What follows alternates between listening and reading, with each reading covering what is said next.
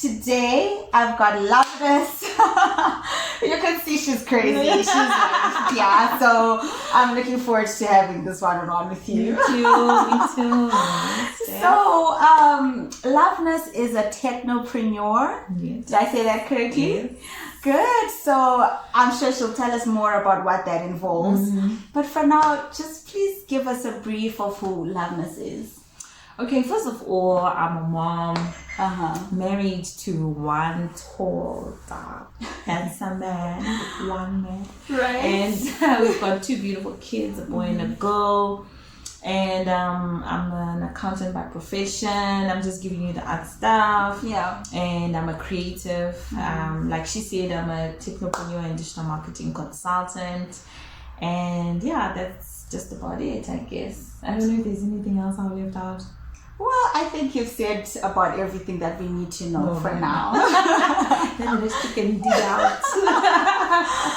So, Loveness, tell me, I was fascinated by your story because you just told us that you're an accountant by profession.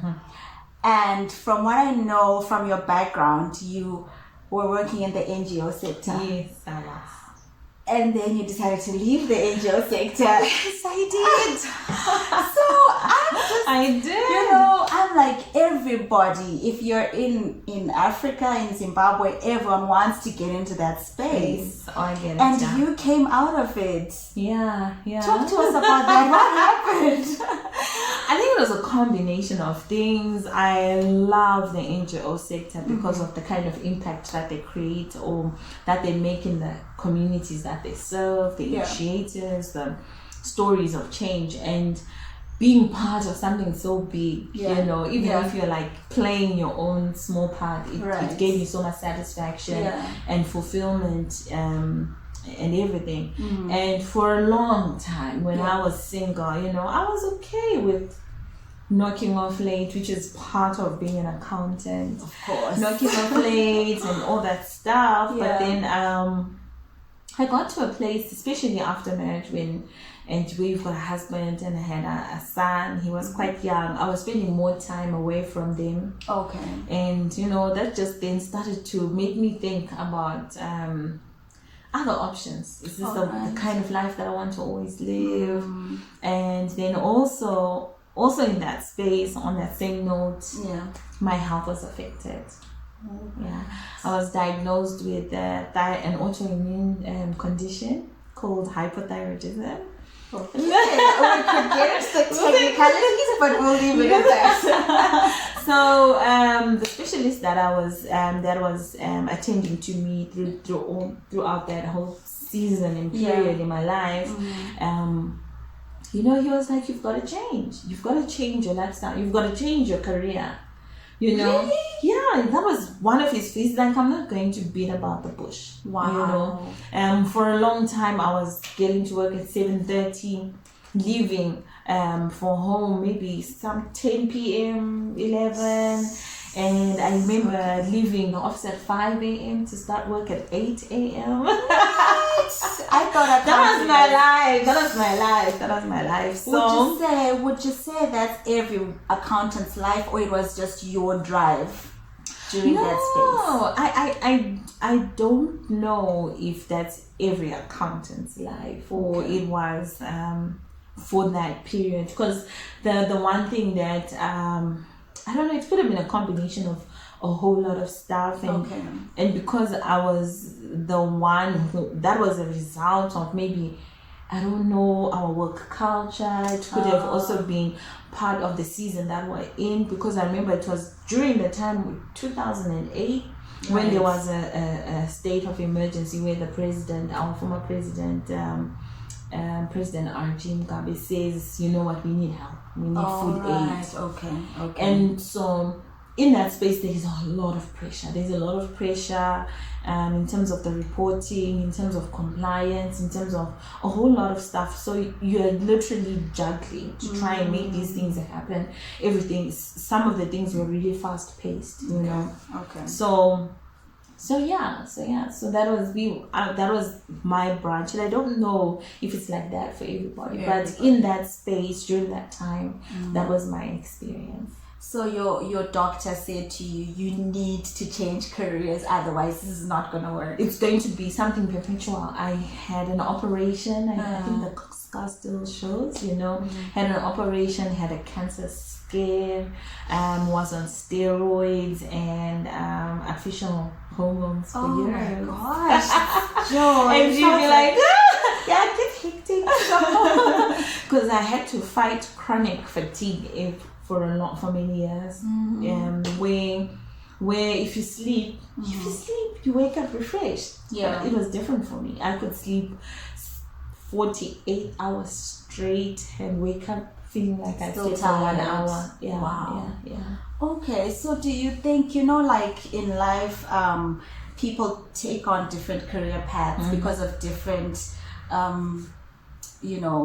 ideologies to life and maybe the pressures from home and family and all that. For you, do you think you initially got into accounting because that's what you felt you needed to do? Or was it because that's where the money was at? Oh, I was passionate. I love accounting. Okay. I love it, despite the fact that I've got this creative side of me. I love accounting. My parents they are so supportive. They would say, I remember my dad saying, okay, fine, you can't do, I wanted to be a fashion designer, but I got but that's another long story. Okay. I got the wrong combination of subjects for my school, so even with the points that I had, I didn't qualify to pursue that career in university. That just automatically disqualified me. And that's when you see that career guidance is so critical and important. Yeah. It has to be a holistic, like where the schools interact with the universities so that they can help us. But then anyway, after all that was said and done, my dad said, what is plan B? What's your plan B? What do you want to do? Okay. And he was so supportive. I remember opting to go for a professional course, and I went to an institution and the guy was like, you want to do this with these points? That's not possible. Right. And as we walked out, my dad was like, don't listen. Anything is possible. Wow. Anything is possible. Amazing. And my mom was like, Lavu, please don't be like, Lavu, you can do it. Yeah. You can do it. So my parents have always been the supporting backbone. Wow. The drive. So when I started accounting, it was like something that I really wanted to do. I was passionate about it. I liked the idea of figures, that whole, and also the image of being an accountant, the professional look and stuff like that. Yeah, right. I never envisioned that I would be like on the other side one day. Yeah. Wow, that's fascinating. As you're talking, I'm just, realizing the real importance of two things. First of all, the parents' place and role in what a child actually becomes, and career guidance. Yes. Because I feel like sometimes our career guidance is limited or short-sighted. We just tell people these are the options, but we don't then go further to say these are the universities you can go to, these are the subjects you need to do, and things like that. I don't know if it's happening now, but I know in our time it wasn't a full package. It wasn't a full offer in terms of career guidance. So at what point did you realize you wanted to get into digital marketing? It was from a place, I think, of wanting change. I didn't want to commit to a career that wasn't as committed to my health as I was. And maybe it could have been a projection in the era of maybe the system that I was working in, as opposed to the actual profession itself. I don't think I'm the standard. I don't think, maybe for other people accounting, their experience in accounting is different, but this is my experience. So I remember after I was at my second international NGO, and we had a staff meeting, and one of the executives showed us a film about change and managing change, and I was like, that's me! Oh my gosh, that was like my aha moment. You know that you're not happy about where you are. You know that you can do so much more out of life, but I was stuck in these four walls. and I was doing the books, and that other those other talents, those other giftings would come out. Because people would be like, I also would MC at weddings. Right. I would MC at corporate events. Yeah. And people would be like, which radio station are you at? You must be a DJ. Your voice, your vibe, your whatever. Yeah. And still I'd be like, I'm an accountant. And they'd be like, oh, I'm so sorry. Because I thought you wanted and creative space. Yeah, it doesn't mingle most of the time. I'm so sorry. I just thought and I was like, no. For me, it's actually a compliment because I love all things creative. Actually, right. Yeah. So then, so that was my space, and I got to a place where I just needed something different. Right. Right. I just wanted to do something different, and it used to just come out all the time. So after that meeting, after that aha moment, I started to remember. I remember asking the executive, do we have spaces for people to grow in the areas of talent within a workspace? Right. I mean, because even if I was great at being an accountant, and usually my supervisors would want to keep me close. The programs guys were like, you're such a we would like you to we need your vibe. We need your vibe. Let's go to the communities. Let's go interact. And I'll go to the fields. I'll talk to the communities, and the communities would be like, please come back. We'll give you land. You are offered land. It was a good experience for me to be out there. Yeah. And it would be almost like I would be like, I was so happy during those moments of interacting with different people, finding out what their problems are, coming up with practical financial management systems for an economy, for a community where they've got this amazing project, and coming up with market linkages, sitting down with it was such an amazing experience. And then I'd go back to the office, and they'd be like, the programs guys would be like, what, we want you in our team, can we? And I'd be like, okay, fine, do the protocol of talking to my bosses. Be like, no, she's ours. So but then after that whole aha moment, it made me take a step back and say, what do I want? I had to ask myself. That is an important question. Yeah. What do I really want? Not if I were to take away society, if I were to take away my parents, if I were to take away my husband, sorry, I was like, so I had to take away all those people and really say, if I wasn't afraid, if I had everything at my disposal and everything, where do I see myself in the next 5 years? And all of a sudden, for the first time, I just didn't see myself continuing with the accounting. Wow. Whether it was the money, because we were earning the US dollar, but it wasn't enough. Right. I think, when you ask that, what do I really want question, and you remove all other factors, that's when you realize what is really important to you. When you think about, okay, this is what I'm here and I'm doing it and I'm good at it, but if I was to do what I'm passionate about, it would be something else. It would be different. Wow. It would be different. That's amazing. And I'm sure it took a lot of courage on your part. It took a lot of courage because I wasn't a forceful person. I wasn't forceful naturally, but I found myself having to say, guys, I want to commit career suicide. This is not what I want. And that was suicide. Accountant in an NGO, and then you want to leave it? Wow. So it wasn't easy. I had to sacrifice a lot for me to go out there. Yeah. And there were so many questions. How am I going to survive? I'm used to a salary. I'm used to benefits. I've got a baby. What's going to happen? But also there was that small voice that was saying, but this is the right time. The baby's small. Right.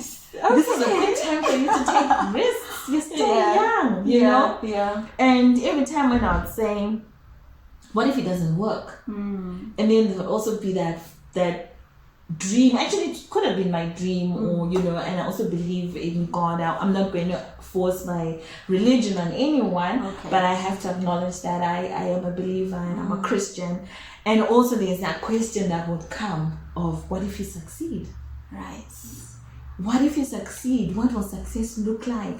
Oh my gosh, It means I can talk to people. It means I'm in control of my time. It means that I can go for my son's sports day, graduation ceremonies. I don't have to wake up at 8 a.m. tired. I don't have to wake up. Actually, you don't wake up at 8. You have to be at work by 8. Yeah. And if your child is sick and if there's a report that needs to be done, the report always comes first, because it's part of the we have to deliver as accountants. It's part of our job.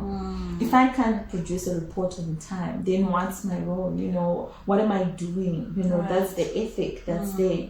So I would sacrifice my kids, and everything, and you just have to choose. And then I was like, so success for me means waking up a little later, being there for my children. There's no pressure of going to work tomorrow. Beautiful, yeah. I meet different people. Right. Steffi included.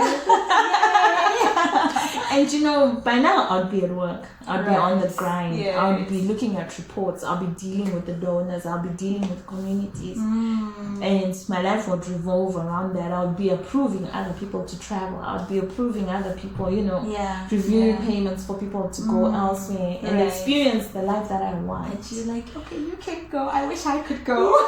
So you can live life watching other people living theirs. That is, retweet that right there. You could watch other people living the life you want. Wow. So you've got to decide. You weighed the options, and for you chose what success was for you. Yes. How did you overcome the obstacles of people's opinions and what people had to say, your husband included? The next thing is he's very supportive. Amazing. He's an amazing man, very supportive, and if you can, explain to him, and we prayed about it. He was like, okay, let's pray, let's think about this. He asked me the hard questions. Why can't you do the business whilst you're at work? Why can't you do this whilst you're... And the truth was, there was nothing left of life if I continued at work. Okay, right. There was nothing, there was no remainder of time for me to work on what I needed to do. Right. So he released me. He's like, go babes, you do it and let's do this. But it hasn't been easy because the digital marketing is so abstract. And I would still get the forwards of jobs that I could do, and I would apply, but in my heart of hearts I knew that I've got to keep at it, and one of the best ways to respond is to succeed. To succeed in what I was doing, to show commitment in what I was doing. So for I think 3 years I had to sacrifice in terms of the income that we're getting. We had to sacrifice in terms of the lifestyle that we're living. And it's only from last year, people discovered Loveness. Last year. Yeah. And that's when things flipped. Things just flipped. Wow. And then people started saying, oh, she's really serious about this. She's really serious about this. Wow. Yeah. So the obstacles of people talking against your choice of career, did you face that, or was the whole community okay with it? I did. Like, first of all, the first protocol wasn't my husband, obviously. And then I explained to him and showed him what success looked like for me versus where I was and what I was going through, my health issues, issues with work, issues with quality time with the family. Yeah.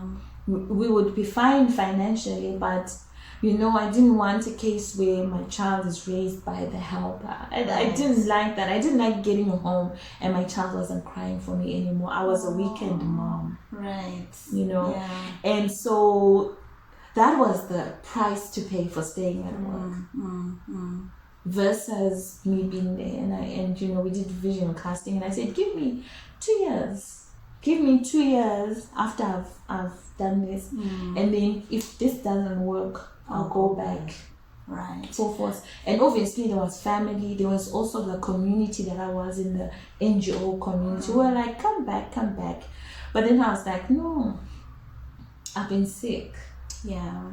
And I can't, no one will be sick with you. You'll be sick by yourself. We'll send you emojis. Yeah, I'll tell you, right, okay, I'll get visits. But I'm the one living with chronic fatigue. I'm the one who's taking the official steroids, official hormones. I'm the one who has to live with me, And sometimes I felt like we give our employers too much control over our lives, right? So that we can keep our jobs. Yeah, that alone is like a story for a whole day. Yeah, but so it was there, but I had to gracefully, right, and know and understand that people do it from a point of love. But so when I responded, it wasn't like, hey, you are right. Yeah, no. I used to take it all in, and with time, people got to understand and accept that this is the new me, and this is the career that I've taken. Yeah. Okay, wow. So this, I'm just looking at you and I'm like, wow. yes, because it's not like what you said. You had to sacrifice a lot. You had to give up a lot, and the years that you had to sacrifice and give up are paying off now. Yes. If we had seen you maybe 2 years back, it would have been like, shame. Exactly. Make that choice. Oh my gosh. Exactly. Yeah. I wasn't. And that's the thing. With the dream that you have, there's a price to pay. Right. And people want the dream, but not the price. They're not willing to pay the price for the dream that they have. And I just keep thinking of a superstar, a celebrity actor. He says that don't cut short the process. You need the process. Right. Go through the process and trust the process. Trust the process. Why do you want to? Don't be afraid of hardship. Right. Wow. Yeah. Hey, so it's one thing to want the dream, it's another thing to pay the price. Yeah. Amazing stuff, Loveness. So tell us, what is your life now? What's a technopreneur? What's digital marketing? What do you do? What services do you offer? In case there's someone out there who's like, okay, this is interesting. Maybe they're feeling a nudge and they want to be mentored. Just, take us into your world, your new world. My new world is exciting. I love the opportunities that are online. Right. And the background is that when I realized that I wanted something else, I started exploring to see what other countries are doing. How is it in South Africa? How is it overseas? How is it like in Africa and other enterprising economies? Kenya is very enterprising. So I'll be like, how are they surviving? What else are they doing besides the 9 to 5 or the 8 to 5, whatever the case might be? And I discovered a whole new world on the internet. Wow. The opportunities are endless. I was like, oh my gosh, because I've always loved adverts. Some people like programs, but I actually enjoyed watching adverts. Really? We skip weird. over the ads. We're like, online now, but then on TV. Oh, you enjoyed watching them. ads. Like the Gorilla Cadbury guy was playing the drums. I'll be like, oh my gosh, this is crazy. How did they do that? And so it always appealed to my creative side, and I decided to find out more about tech. What is it about? And so I'm like a digital, explorer, literally. Right. Going online, I do deep searches. And that's when I discovered there's a thing called digital marketing. And that's where I started. And with time, following other people, discovering, okay, this is what I need to learn, this is what, and combing through the information. I'm sure it was taxing. It's taxing. I would, wake up early in the morning, sleep 2-3 hours until I discovered, I think I resonate with this one more than that one. I understand what he's saying.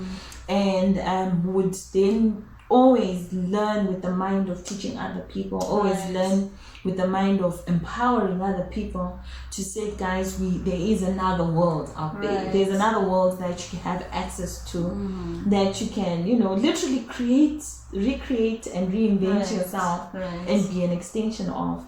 And so digital marketing consultancy was born, and I've been talking about it to my close friends, because I was scared. I was like the imposter syndrome of thinking that I need to be certified, I need to have a degree, I need to do this. I didn't go to school, I didn't go to college. In Zim, it's about give us your papers. Let's see what you have.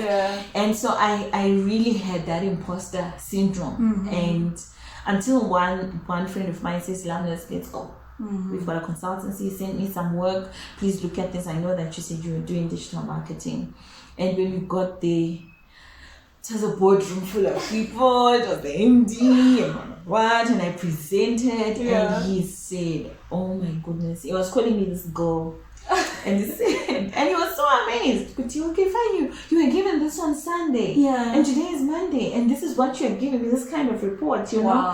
And for me, that was a wake-up call. Right, like this is your space. This is my space. This is my space, and the whole way from town to home, my friend was like, oh, you are so great.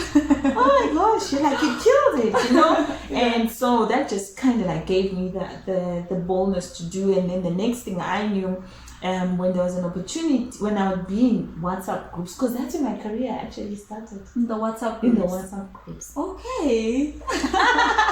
I'm part of a business group, and once I was in that group, people were down bashing, emojis and shorthand, and I was like, shame, they don't know that it's etiquette. They've got to embrace this new culture. This is the new culture. This is the new way of communicating. Yes. And may his soul rest in peace. May his soul I think RS something. Yes. So something I was like, in our African culture, you can't send an MSI whatever. You've got to call or HBD. What's that? And so these ladies were outraged, I don't even accept that, I don't think that. And I was like, no. So I reached out to the administrator and I was like, I'm a digital marketing consultant. And that's when I started taking ownership of who I am, defining, literally telling myself that this is who I am. I even had a coaching call from someone from America, and he's like, Loveness, just speaking to you, I'm wondering why you're not already doing what you clearly know how to do. It seems like you're waiting for a bow of permission.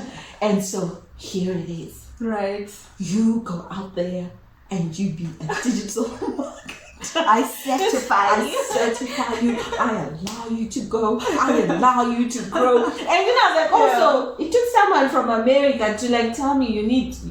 Okay, you want permission? Yeah. Here's the permission. You're allowed. So that was it. So I started from WhatsApp, offered the services, and they were like, we'll get back to you. And then when they started a premium membership, they were like, are you still available? And I was like, yeah, no problem. And I wanted to start for free because I wasn't sure about my own capacity. And oh my goodness, that's how people then discovered that, Loveness, she exists. It started from WhatsApp. Wow. Okay, so if people want to get in touch with you for mentorship or for services, how do they reach you? They could my social media handle is Loveness Nleya, Nleya. Okay. And then my website is www.lovenessnleya.com. Okay. Should I give my phone number? Well, for those that will inbox you, is +263 773 445 316. Right. Yeah. So you do offer mentorship services? If people want to be mentored, are we there yet? Yes, I think I didn't envision myself occupy that space at first, but with a lot of interactions and all that stuff, because we were talking about career guidance, we're talking about all this like an enabling environment for someone to learn more from someone who knows better. Right. So they forced me into like that space of coaching and mentorship, and it has been a common request. Right. And so now I'm doing it. I'm now coaching. I'm now mentoring. I'm now training. Yeah. Okay. Especially on the issue of technopreneurship. Yeah. Please, may you define technopreneurship. What is that? I forgot you had actually asked me. Yes. So with technopreneurship is just a combination of technology and entrepreneurship. Entrepreneurship being that ability for someone to identify an opportunity and then define the problem and then offer a solution for a price profitably, right? So finding a problem in the technological world, or yes. So with technopreneurship, you're literally saying you want to create opportunities and ideas. It starts with an idea, and from that idea you create solutions using technology. All right. So it's not so much, it's not something special, really. It sounds amazing. Anybody can do it. Any business can Right. just be a technopreneurship, and it's a mindset more than anything else than the title itself. It just defines someone who's willing to take the risk and say, okay, fine, if I have an idea and I want to turn it into a business using technology, this is what I would do. Right. And so for an example, if we were to say, the example would be, right, we've got an issue with livelihoods, right? People are struggling right now. And how would you solve that as a technopreneur? Is maybe create a platform where people can meet together. The businesses are running out of options in terms of marketing and getting their word out there. Right. And then you've got a large supply of labor and people looking for a means to make ends meet, put them together and come up with an affiliate program, which is something that I'm already about to launch and give as an option for people. So you use tech, you use the internet, you use any internet enabled device for you to be able to share and earn. So that becomes a technopreneurship business. Yeah. So it's, as you're explaining, I'm just thinking with the current situation, anyone can be a technopreneur as long as you're willing to put your time into it. You can. The first person, when I tried this idea out, the first person who actually applied was an 8-year-old boy. 8-year-old? An 8-year-old boy. Okay. I started the program in 2015. That's when I started, discovering about it and trying it out and seeing whether it would work. I actually went from salon to salon because I thought that these hairdressers are in touch with a lot of people and their networks, and I wanted to see if they'd be interested in that, and I had an amazing response. Right. But also, an 8-year-old called me and said, I want to be part of it. And I was like, how old are you? He's like, I'm 8.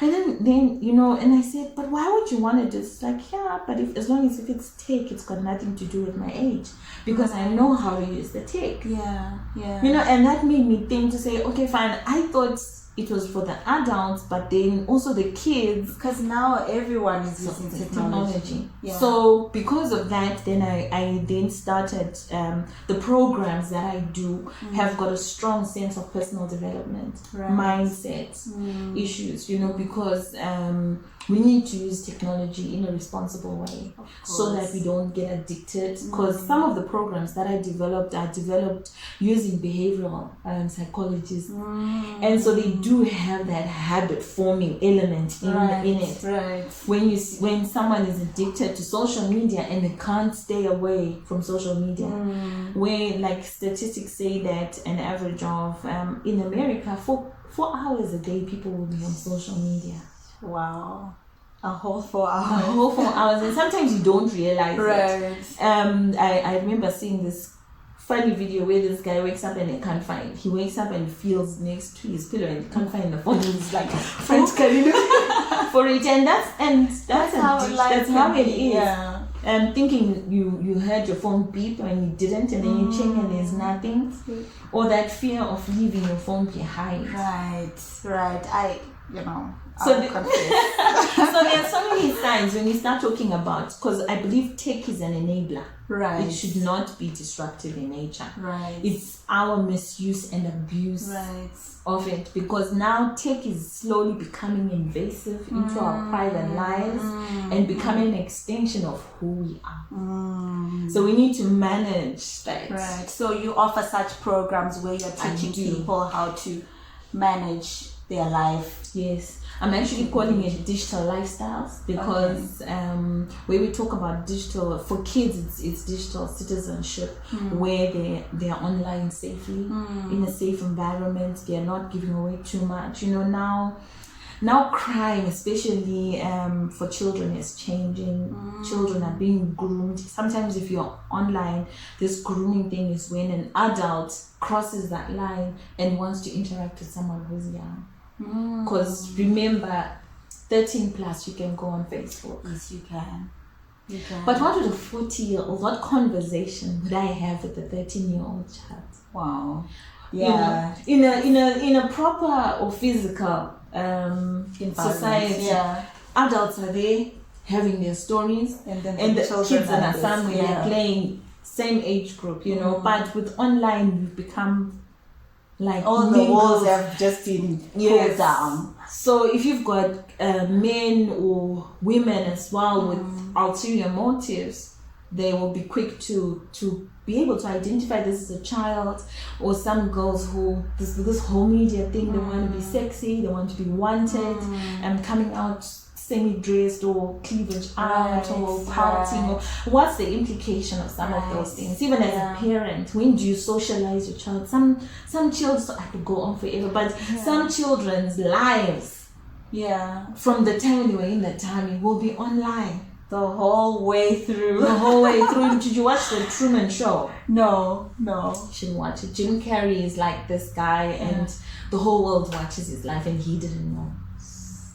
And I'll look for it and just see how it, because like what you're saying, we're really becoming more of social media beings. Yes. So everything about me, from the time I wake up, good morning people, now I'm doing this and all that. So if we're not careful, like what you're saying, it could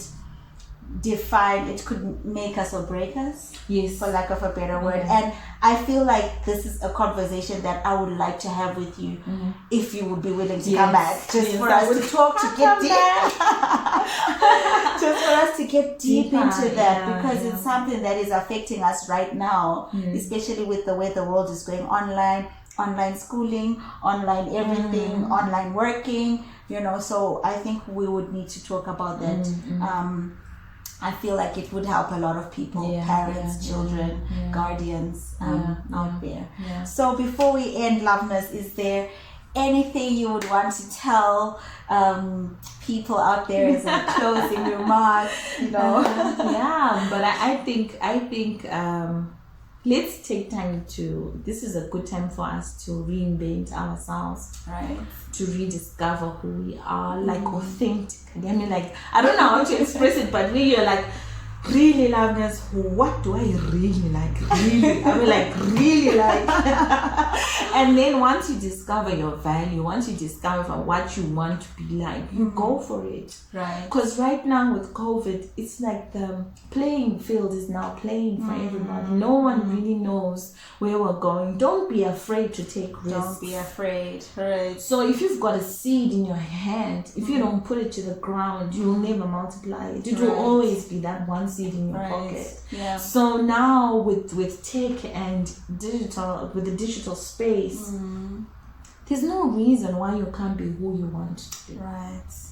Just be bold. I mean, talk to people who will encourage you to be bigger than who you want, than who you are right now. Let's stop hanging around the negative people, the naysayers and the haters and all that stuff, and let's just go out there and conquer the world. Some of the people that we're looking for are quietly hugging what they want to do, and will never discover who they are. Well, guys, you heard it from yourself, from the Technopreneur. Don't be afraid, to start something, to go out there. Like, I like what she said. the playing ground has been leveled. You can literally just go for your passions, the things that you've always known you wanted to do, want to do. There is no one is saying don't do it or do it. Just go for it, and you'll be surprised at the results that you may get. Loveness, thank you so much. Thank you. It was nice to be here. It was amazing. I mean, I am excited you've already accepted my invitation. Yes. For the next talk. Yeah. So guys, thank you so much for listening. It's bye for now. Bye.